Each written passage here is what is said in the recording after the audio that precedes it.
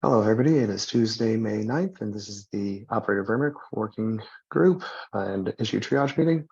On our agenda today, we are going to talk about operator as control plane extension / singleton versus application extensions. And then we're going to see a demo on the operator controller and catalog D integration before moving on to milestone idea generation and following up on our action items. Before we jump into the topics, we first have to just look at the current state of our milestone board. And if we look at this, we've got one issue open. Onic, didn't this one merge actually? It merged, but then this issue particularly says we need a demo for it to merge. Okay.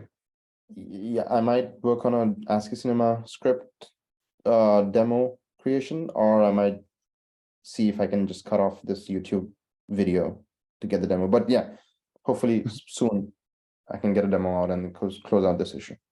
Okay, perfect. I'm going to treat this as a done milestone then, and we can do the milestone for issue idea generation after we go through our topics. But thank you. Okay, so I'm going to open the floor to Piotr and Joe. Okay, thank you. So I'll be speaking and not presenting anything. So bear with me. There is an email exchange which we are having and some earlier discussions about OLM v1 and also about the feedback that we are getting from our customers about application isolation or workload isolation in general on the large shared multi-tenant clusters. And perhaps one of the discussion points that we can follow up later is how to bring the visibility of this discussion to the upstream community versus just email exchange between various individuals.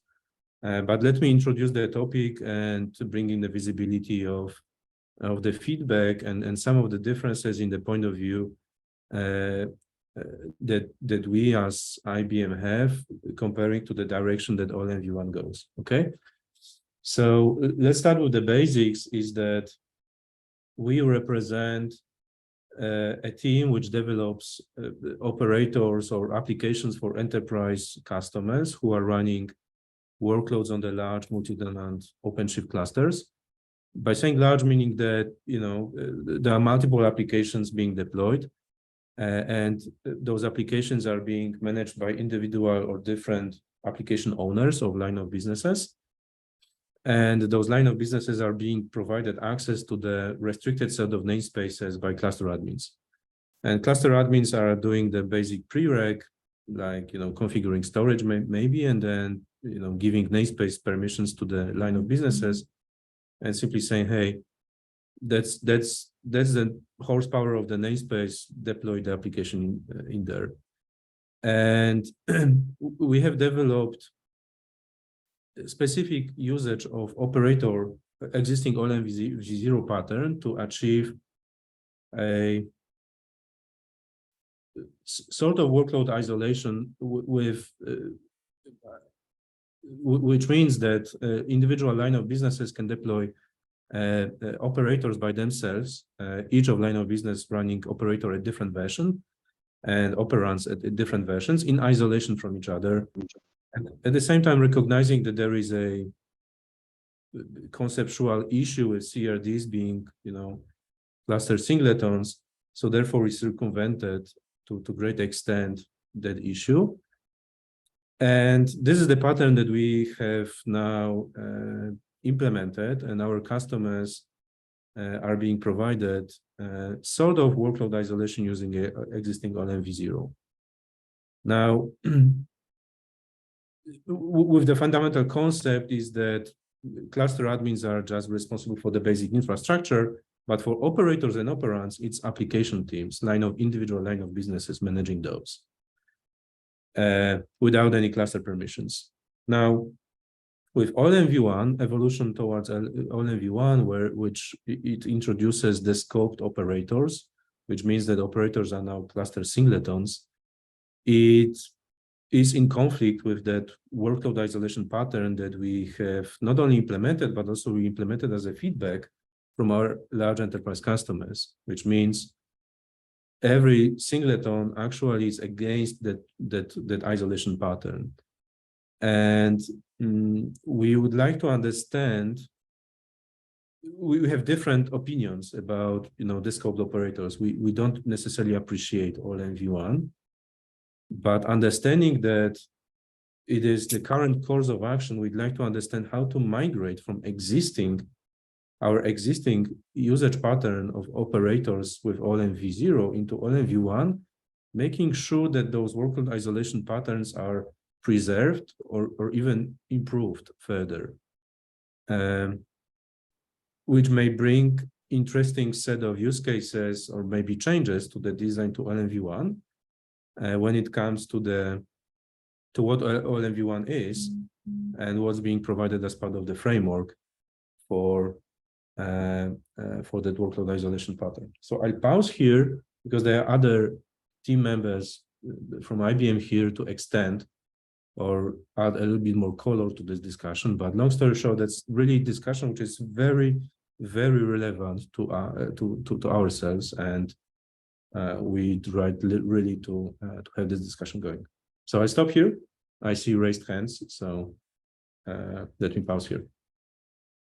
If there's any other folks on your guys' side that want to add to that, I can wait. And I don't know if Andy had his hand up before me. Yeah, I guess this is Mike. I just had one comment on that, and it feels like what this migration looks like is somehow installing a new version of an operator that is a cluster singleton that subsumes, for the existing operators that are namespace installed, assumes control, and the CR now includes a new field, which is the version of the operand that each one of those operators has deployed. So it feels like a CR upgrade, and then suddenly a transition to an operator. There's a cluster singleton that gets rid of the other operators that are namespace scoped, and that's a lot of moving parts and pieces at one time. At the very least, that from my understanding of it, that's what the migration feels like, the upgrade. And I don't know if OLM v1 helps with that, or if that's just left as an exercise to all the individual operator authors.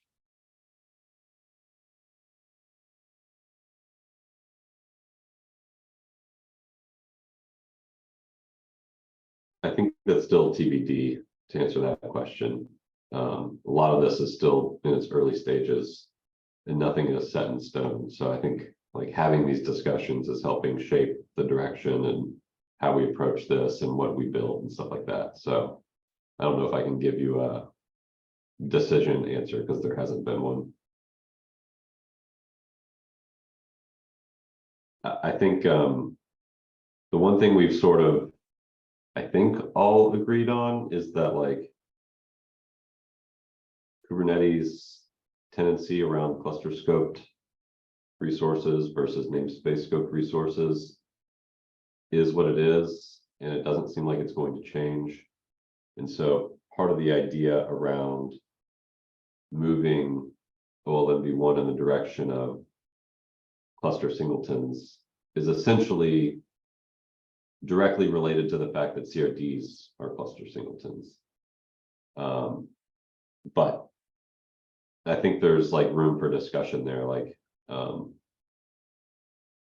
maybe this is a question that I was going to ask Piotr after you were kind of talking about your stuff. Like in the case where a namespace admin wants to install an operator in the scope of their namespace,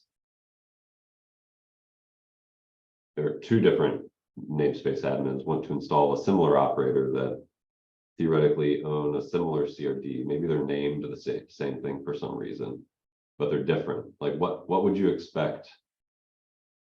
How would you expect that to work, I guess? Like, yes, like we're talking about like, okay, well, in certain cases, we can control the catalog and we know that the CRDs will be schemaless and we can do all these sort of hacky things to make it work. But in the general case, like, that's not always possible from an OLM perspective. So I'm just wondering like what you think like this would look like in the case where there are conflicts on a cluster scoped resource.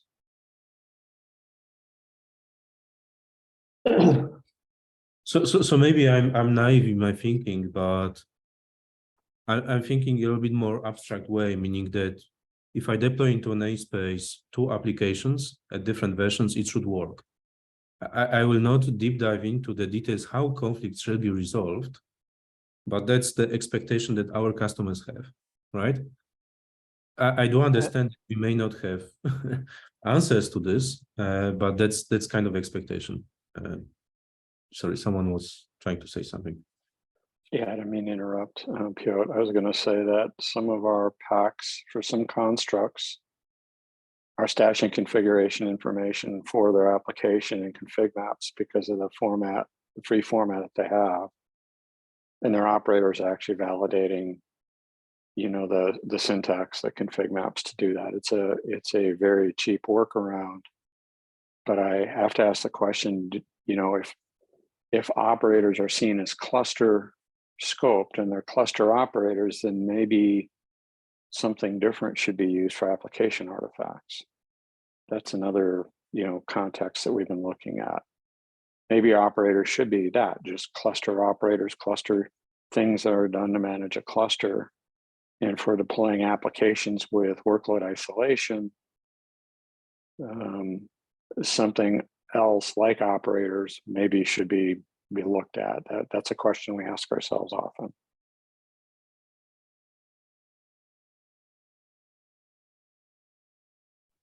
You know, Helm comes to mind as an example, but that's just because it exists. Is there an operator kind of version of Helm that leaves the validation of things like CRs up to the application, so the application's in full control of managing its own upgrade and managing its own configuration and not dependent on a cluster resource for that?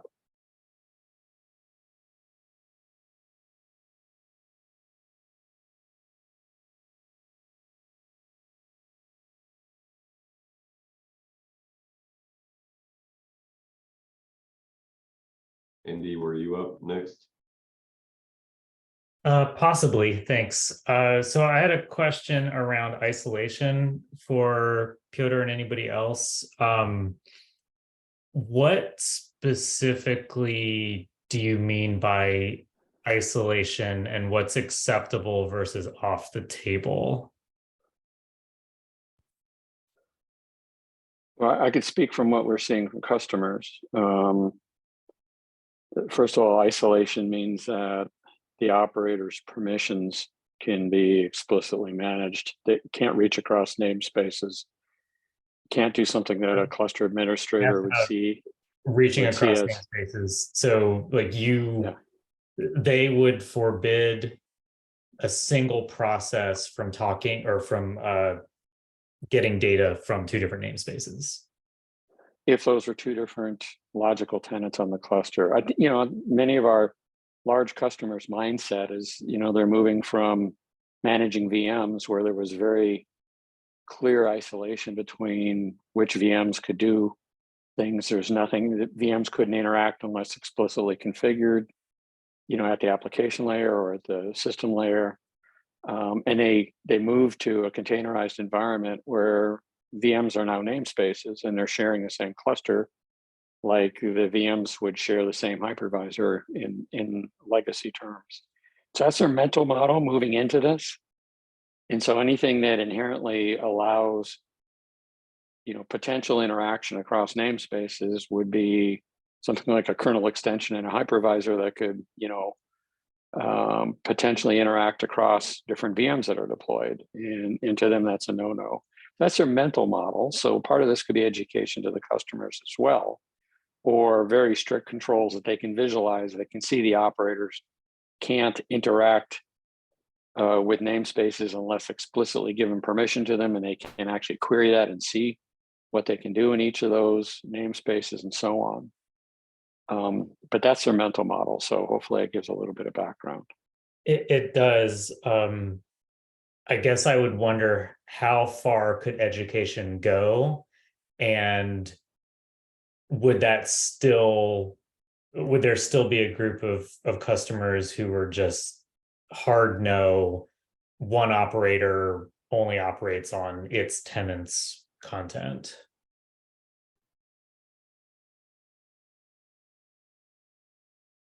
It might be.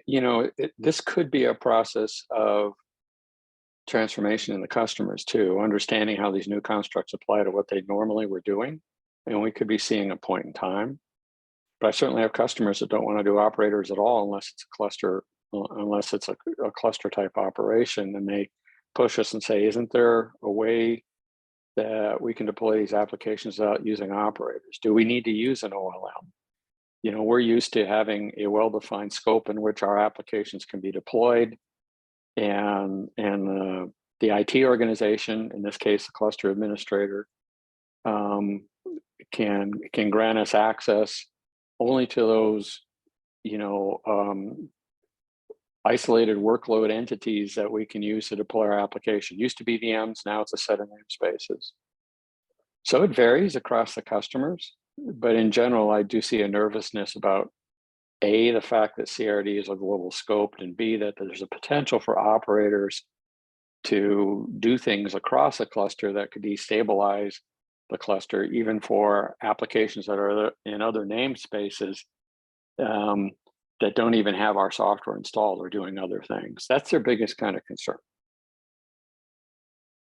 Okay, thanks. I know I interrupted you for potentially some other things as well. So if there's other ideas, I'd love to hear them too.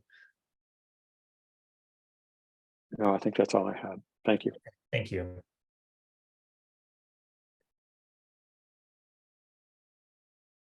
Steve? Yeah, I guess some of the questions I had were covered by Andy, but I think it would be good to capture on the isolation topic. I heard you mention access control, but then briefly you also touched on like downtime. There's other dimensions of like maintenance windows and stuff. Trying to actually nail down maybe which of those are valuable and in what order. And then there's further questions of if you're isolating workloads and you're worried about access, is it important or useful to isolate the data, the metadata around those things as well? I think I would certainly appreciate a deeper dive into perhaps some of the customer attitudes in that space and how they relate to each other. And on the education front, it's interesting because there's certainly a set of customers that have moved, perhaps they're further along or just have a different security posture. They, have taken on the developer platform sort of mindset where your cross namespace privilege is reasonable because it's the administrators letting tenants self-service objects, which end up being requests for operands, right? So trying to understand maybe the boundaries of where that education can come in. I could certainly expect some industries would be much less interested in that, even if technically it's feasible, if they just have different security postures. But yeah, I'd love to see maybe a more thorough investigation of these asks. Yeah, I think that's reasonable. I just would classify the vast majority of our customers are highly industry regulated. And so the security posture is very important to them for their own regulations and conforming to their own regulations. Yeah, that's a great call out as well.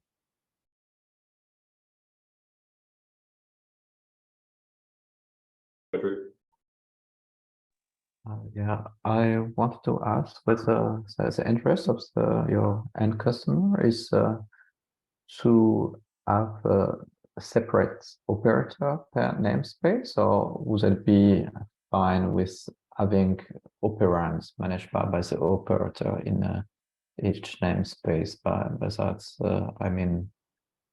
instances of MySQL instead of the CrunchDB operator, for instance. And obviously having a way to discover these services provided by a various operator and to request them as well per namespace. I try to answer it. I think ideally it would be operator per namespace as long as operator, because operators can influence or impact behavior in other namespace. If we come up with a pattern that we are 100% sure that a single operator managing operands between two or more namespaces have no impact, or properly isolates those operands and can properly manage operands at different versions, and making sure that the upgrade of the operator is not disrupting any of the other tenant, that would be good. But because we are not able to achieve that goal, we are speaking about operator per tenant, not necessarily per namespace, because one tenant may be multiple namespaces, but so one operator per tenant.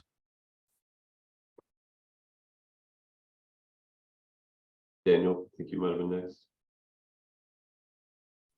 Yeah, I'm wondering how your customers reconcile the fact that the very thing that they're worried about with operators is exactly how core Kubernetes works. You have a set of central controllers shared among all tenants.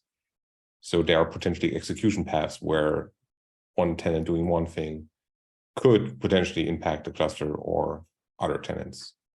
And cluster updates changing these controllers could have effects on things that are already in the clusters created by tenants. Before answering, let me ask for the protocol for answering. Before answering, should I raise hand, or given that you're directed to me, it's okay for me to answer? I guess it's okay. Yeah, go for it. All right, cool.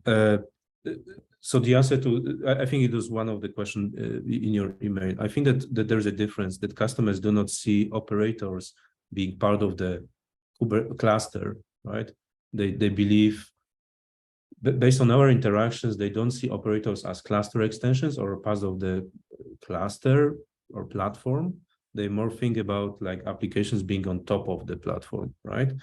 So I think that there is a difference between controllers which are managing, deployment, stateful sets and things like that. So whenever cluster upgrade is happening, the behavior of those controllers may change. So there is a difference, right? Because there is a difference in perception what operators are versus what core cluster controllers are, right? So and enterprise customers think that, or perceive operators as part of application instance, not as part of the cluster extension, really. Yeah, but going back to the technical aspect, that's not the case, right? Right. So the way these operators are implemented is with things that are global in the cluster. And yeah, technically you can have multiple instances of the controllers. And in OLM v0, we have created this impression that you can actually have them run in parallel, but we know all the problems that come with that. And I know you are running into these problems as well with your customers, right? Yeah. And this is because fundamentally this concept doesn't work. And it was never, I don't think the Kubernetes community as such foresaw that use case, that the controller is somehow, something you can install in a namespace and assign to a tenant, where the controller can live in complete isolation. If that would be the intention of the Kubernetes community, CRDs would be namespace, but they aren't. So like this gives at least me reason to believe that the community around Kubernetes core, how Kubernetes works, how the API server works, has a different opinion than your customers. And I want to kind of hear, like maybe open that. I see a couple of hands coming up, so I think it's a pretty contentious topic, but yeah. I think I was next, but I was going to move a little bit away from that. So Andy, I don't know if it was you or Ben first. I don't have any idea who was first. Ben, why don't you go ahead? All right. I think I wanted to probe a little bit more on that point about, CRDs are global, but controllers don't have to be, and just say, I think there is room for us to expand our thinking a little bit on tenancy here.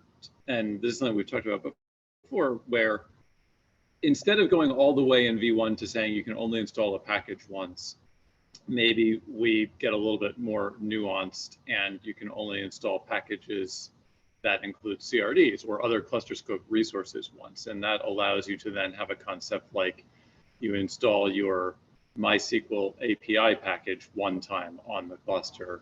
You can install multiple MySQL controller packages, potentially at different versions, as long as they all prereq the same or a compatible level of the MySQL API package. And you can then install controllers into individual namespaces and not have to share credentials and give that controller access to multiple namespaces. But you are still constrained that you've only got one version that's CRD, and every controller version you install needs to be compatible with that one CRD that's present on the cluster. So I wonder if we'd be open to expanding our constraints that up till now I think has basically been you can install a package one time, but to something more like that would enable multiple installations of controllers at different versions with different namespace scopes. And yes, that feels somewhat like V0, but I think the separation of the CRD bit of it maybe helps make that a little different. So CRD in its own individual package bundle, right? Yes, and then there would have to be different rules in OLM for, whether something can be installed multiple times or not would be sort of dependent on whether that thing is trying to provide cluster scoped resources, which you can't install more than once, or is everything it's doing namespace scoped. And I think I would generalize that to cluster scoped resources can be installed once, right? It's not just CRDs. There are other cluster scoped totally. that have similar problems.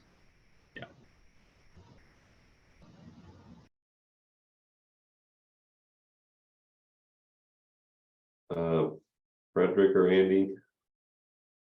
I think I was next. I was going to ask if we had the ability to do something that was like virtual clusters or vCluster, where each tenant could get their own API server to an extent, and you still had just one cluster. So there's one set of nodes, and you could install an operator in your virtual cluster. You can install CRDs, you can install your own webhooks. They wouldn't conflict with anybody else. Would that be worth exploring, or would that not be helpful to you all? We were hoping to, so you're referring also to KCP potentially, right? Which we know the story.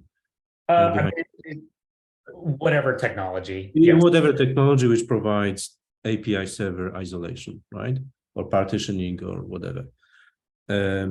I think the answer to this is that yes, it would be worth discussing, because I think it addresses the CRD challenge. And then we may have controllers dedicated to the tenant, as well as API server dedicated to the tenant, or virtual API server dedicated to a tenant. So I guess the answer to this is yes. We understood that the timelines are not necessarily aligned between OLM V1 and whatever virtual cluster technology might be. So the question is whether we have to combine those two topics or handle them separately. But I think we need to discuss more. All right, I think I'll jump in now. So I've heard a lot of sort of dancing around this question. I just wanted to ask it again and maybe hear something a little more direct. But it sounds like a lot of what I'm hearing is there's this distinction between operator and workload or application.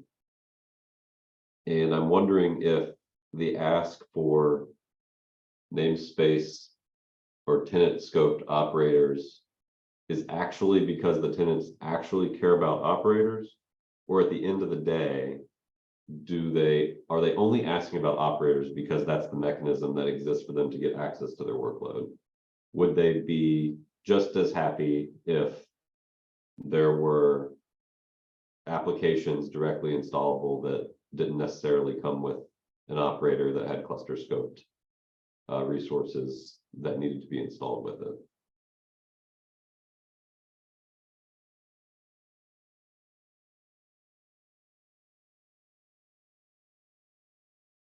Can I, Hey, I'm not sure I understand the question.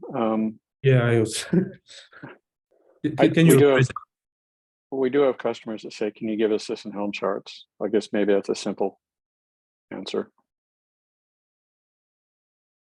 Are there customers that care about an operator and want isolation of that operator in their scope tenancy area, and they understand the distinction between operator and workload and say like, no, I want this operator for this reason because it gives me this functionality for the workload? I guess I'm trying to understand, like, it seemed like we were talking a lot about like how, you know, I just want to run Postgres, or I just want to run whatever it is in the scope of a namespace. Is that sufficient always in the scope of a namespace? Or are we still saying that there are use cases where customers actually do want an operator because operators solve some problem that a non-operator doesn't solve? I think that's a pretty similar to the question I asked previously, and the answer was that they are concerned with isolation. Maybe priority and fairness quotas could be answer to that.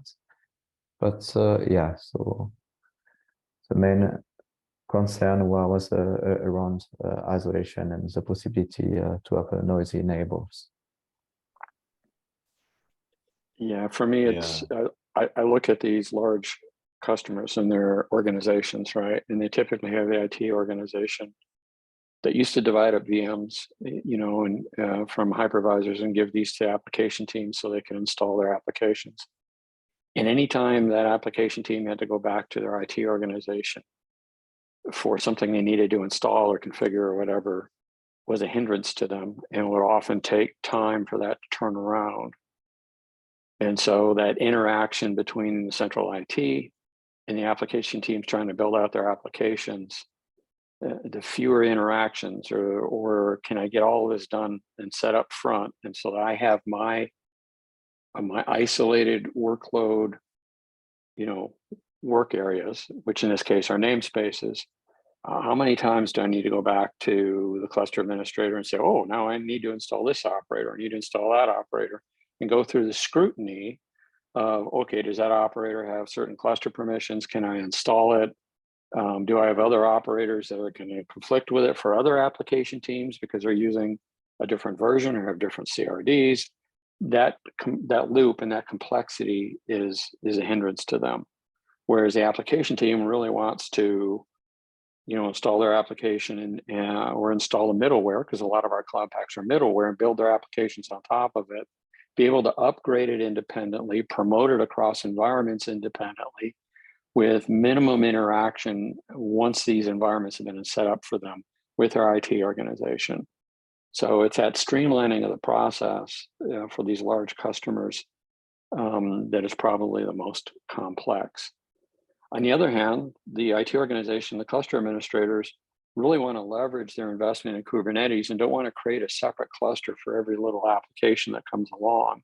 So they want to share these clusters across multiple lines of business. So those two motivations are what we're dealing with.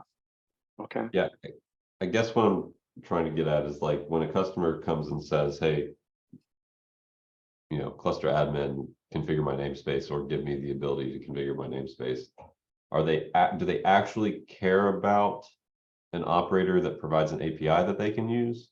Or do they care about, I want this application running in my namespace that I can use? I think it's the latter of those two. But also at the same time, keep in mind, Mike, that there is some value that operators provide when it comes to the, lifecycle management of the operand by itself, and maybe some maintenance activities for the operand. So there is a value of having operator, right? So customers True. are not only interested in operand being up and running, but also making sure that there is someone who cares about this operand, which is operator in our case. True. True.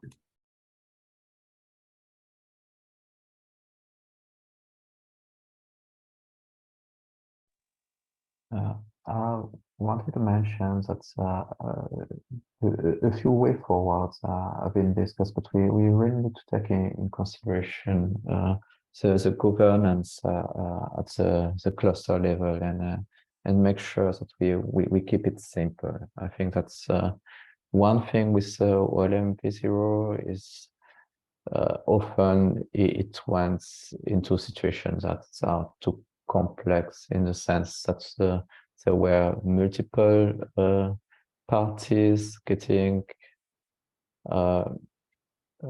involved for doing one task. And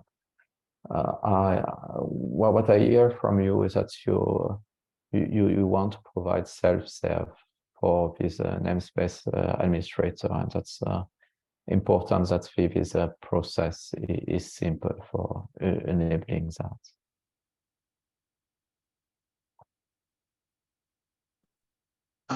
I just want to point out that we're in the final 19 minutes of the meeting and we still have another agenda item.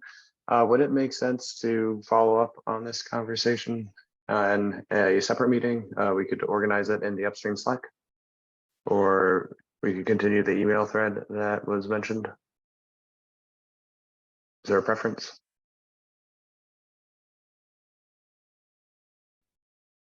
It's okay by me if we continue it in another meeting. Okay, would anyone like to take that on as an action item? To propose and schedule that meeting? I can do that. Was that Chris? Andy. Oh, sorry. Andy. Yeah, if folks who want to be involved could please put your contact information either in the agenda doc, or you can reach out to me on Slack. My handle is NCDC. Hey, Andy, this is Joe Heisinger too. From IBM. I can help with the calendar stuff too, as far as making sure, times work out for our folks.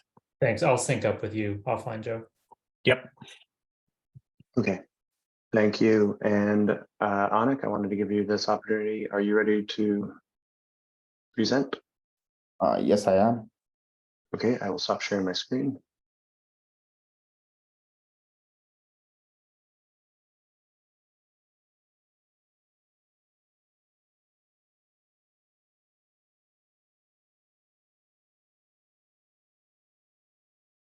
Eesh, that was a little harder than I thought it was going to be. Okay, Anik, would you like to share your screen? Yes, I can. I'm trying to share my screen right now. Could you tell me if you can see my screen? Yes, I can. Can you make the Yep. text a little bit larger? Let me try. How's that? Oh, Looks good. Cool. Yeah, so just wanted to quickly demo the catalog D integration, the last issue in milestone 3. Essentially, the work that we've been doing in catalog D, we've integrated that to operator controller to have DEPI, which is inside operator controller, to resolve for during installation, go reach out to the output of catalog D in order to discover content and carry on with the resolution and therefore the installation of an operator. So what do I mean by that? Today, I'm on main right now. So if you install operator controller from the main branch, you can see that it installs obviously the operator controller system, but also installs the catalog D system. And it comes into the installation of operator controller. So essentially it's running catalog D. I've already created or added a catalog to the cluster to get this demo done quickly. This is essentially the Operator Hub IO catalog that you see in V0 OLM installation today. I think I can just do a dash or YAML, and so this is essentially the Operator Hub IO catalog. And just to reiterate on the output of catalog D, since it looks a little different than what you see in V0 catalog, essentially the output of catalog operator, you can now discover ACKHES, the packages that are available for installation in the cluster. So for this particular demo, I've chosen the Argo CD operator, and we can just quickly go into it and see that, okay, this we've got the Argo CD operator, the latest of the there's a default channel alpha, and all of these are subject to change for at least the perspective of what the output of catalog D is. But for now, for this milestone, we have, you know, the default channel and all of the entries that are in the default channel. So now, so I think it's evident that when I show the namespaces, there is no V0 OLM catalog running. So it's just the new stuff. So if you install, or if you install an operator right now, let me go and install that.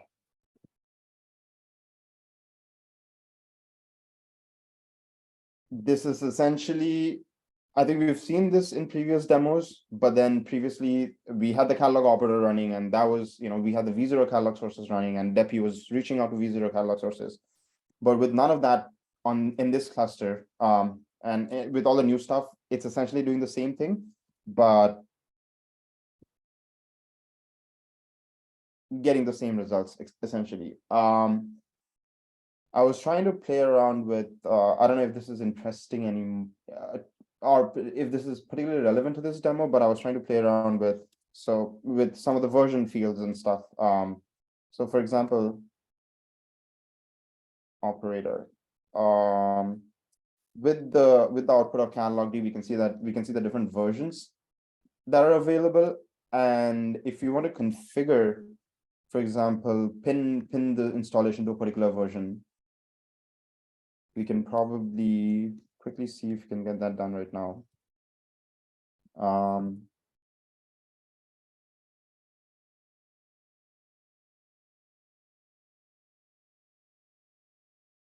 Argo CD operator. Okay, let's just.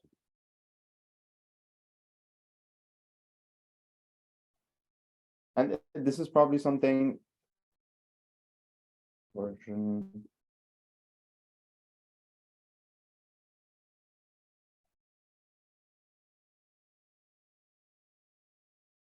All right, so it gets configured. And then if you go and look at the, it doesn't look like it's, version 3. Okay. So it looks like it configured that, but I don't think I have any way of knowing by just looking at or confirming. Installation succeeded. That was 119 seconds ago. That was probably. Anik, you've got observed generation 2 on that condition, and the generation of the metadata is 2. So I think that means it was successful. Oh, cool.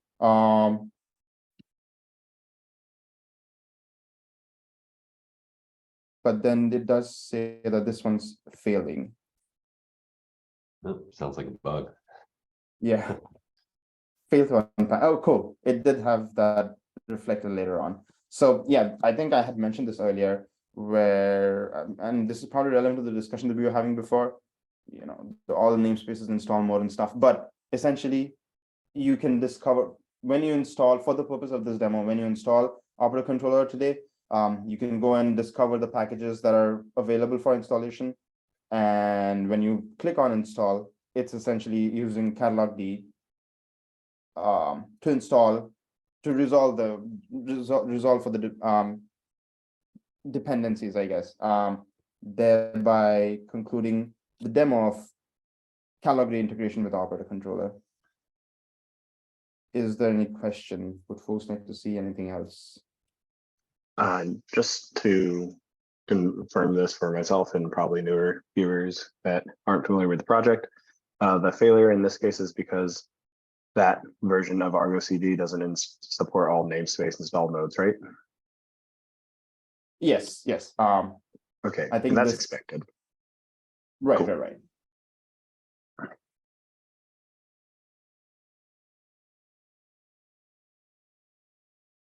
No, this Cool. looks great. I think if we focus on the fact that what you've shown us is a catalog of installable content, and you've made it very easy to identify what's in that content without you leaving the CLI. I think the value add of your work is very evident. So nice work. Cool. Thanks, Alex. Doesn't sound like we have any more questions, so I'm gonna stop sharing now. Per has a couple things that you threw in chat that, could we follow up on that bug that you saw where the condition wasn't immediately updated? Yeah, I don't know if that's a bug. The condition did in fact reflect. It did take, I don't know, 10 seconds maybe. I'm not sure if that's a bug or if that's just me trying to get things. Oh, okay, my bad. I think it should be okay then. For some reason, I thought you were getting the description of the bundle deployment. No, I think there's a bug there. Like it shouldn't have said observe generation to success. It seems like there's Oh, right. Okay. something going on. Okay, it still says observed generation 2.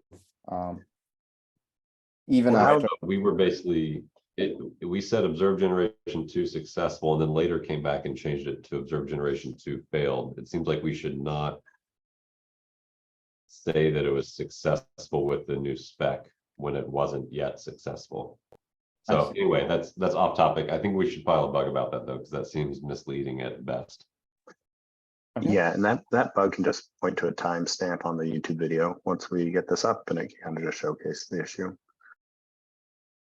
with a small amazing. description. And live demos. That's the greatest thing. Yeah, but luckily for you, it wasn't even your bug, so I'd say that's a win. Right. No panic moment during live demos. That's also great. Okay, well, thank you. Thank you, Anik. And then, so what we had scheduled after this was to go and look at the next milestone.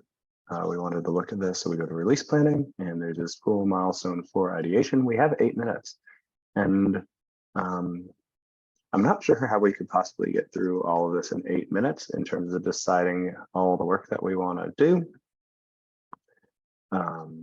Joe, I know you've been kind of leading the ideation for milestone 4. Is there any suggestions on how we could get some of this stuff queued up for us to pull in for the upcoming milestone?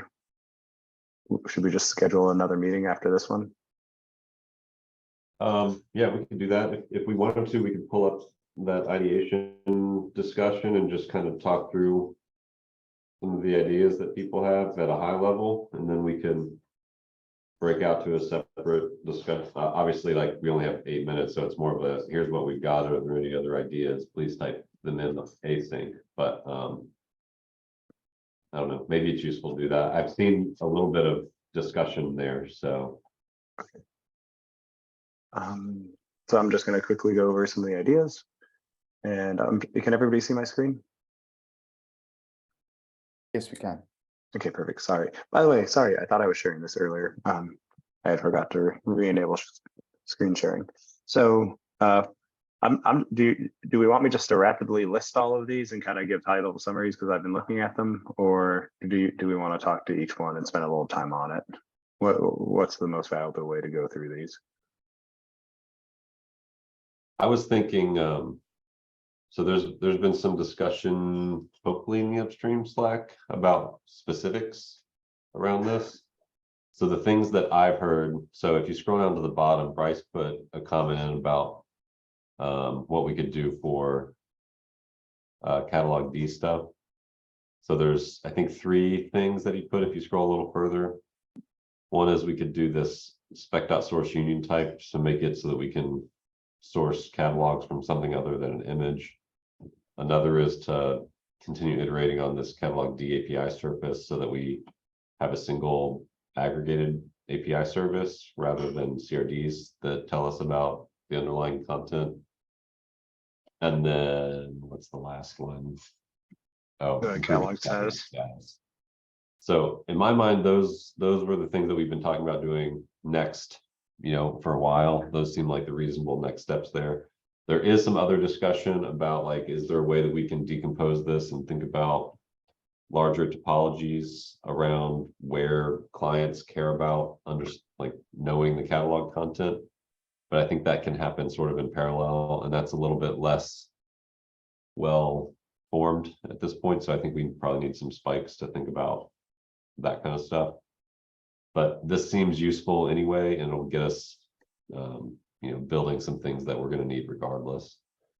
So in my mind, at least for the catalog D side of stuff, this seems like a reasonable set of things to do. The only concern I have is this too much? So we can talk about that offline, but it might make sense to write up these various things as separate issues and figure out how we can call them. Okay, so let's take that as a follow-up. Would anybody like to take that on? So we can get them into a state where they could be pulled into milestone 4. Yeah, I think there are already some issues created, so we just need to tie those in, but I can take an action item to make sure those issues are, if not already there, then they're there, and then add the milestone 4 labels and stuff like that, so then they show up in the project for milestone 4. Okay. Awesome. And then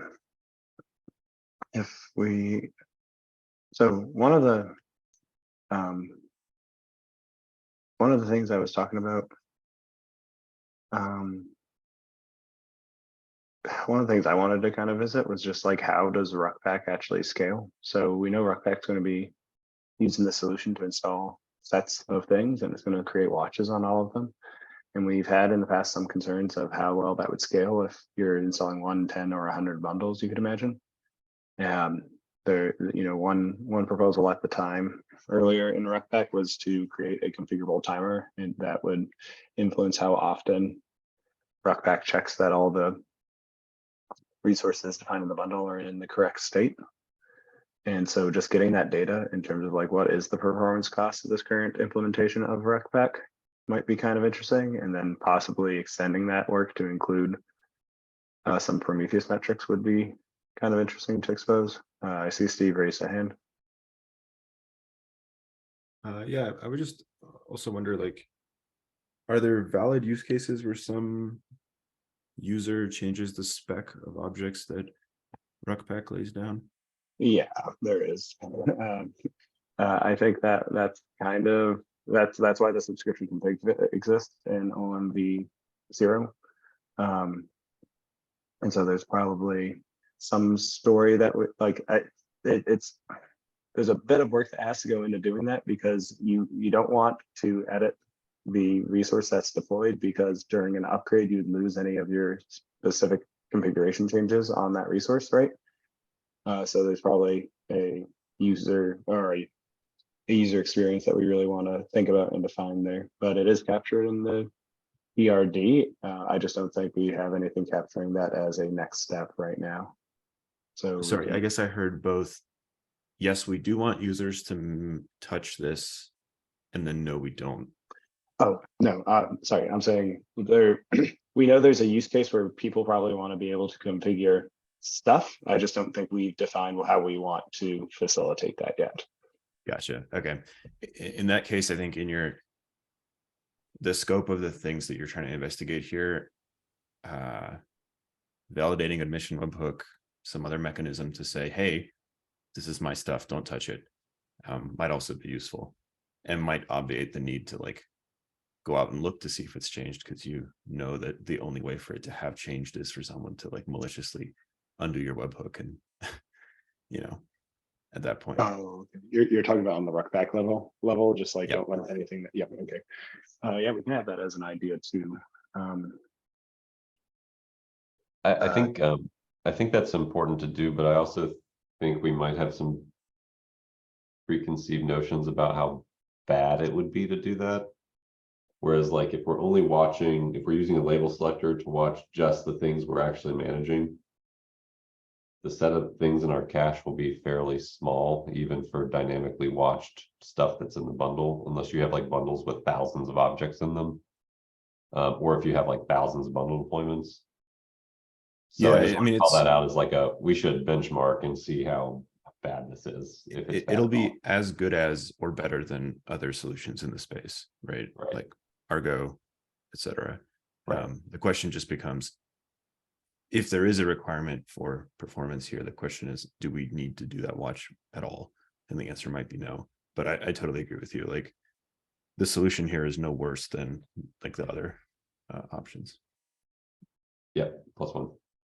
Okay, so does that mean the solution, what comes out of this might need some discussion, but the idea of just understanding where our footprint is that a worthwhile endeavor? In your eyes? I personally don't think it's worth our time to focus on this right now. Okay. And that includes introducing Prometheus metrics to RUCBAC at this point to get a basic read on what this thing is doing on cluster in terms of. So we have metrics endpoints in RUCPAC that are the standard controller runtime metrics. We don't have extras.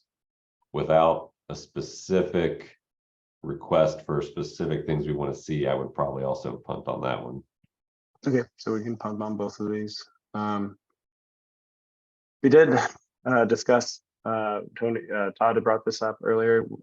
Right now, we don't really have a great way of knowing that our previous demos aren't broken as we keep doing new work.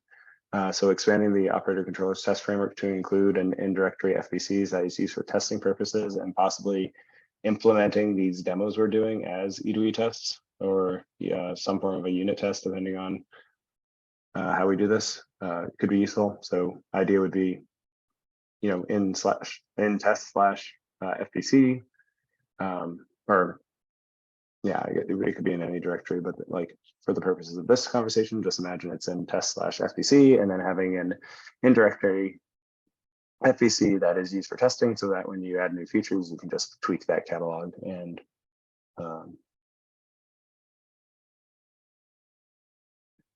I think this is super useful. I wonder whether it makes sense to wait for some of the API changes we're talking about making in catalog D that would make it easier to do this. Right now, the way that you'd have to do this is you'd have an in-directory FBC. You'd have to build an image, load it into the kind cluster, reference that image in a catalog source, catalog D object. And then yeah, you'd have to make sure that the pod that got created used, if not present, as an image pull policy. So there's lots of moving parts here that we'd have to make sure we do. Whereas I wonder if it'd be worth just waiting until there's a way to have a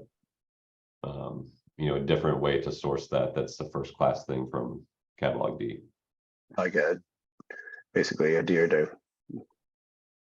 like config map kind of thing, when catalog D supports config maps or something, like Bryce said. Yeah. Okay. All right, but I well, do think we should do that. I'm just saying, let's line it up. Okay. We are 3 minutes over, and I want to be conscious of everybody's time. So perhaps we can end this meeting and then we can immediately follow up and we'll continue this conversation in another meeting. I can just send something in Slack.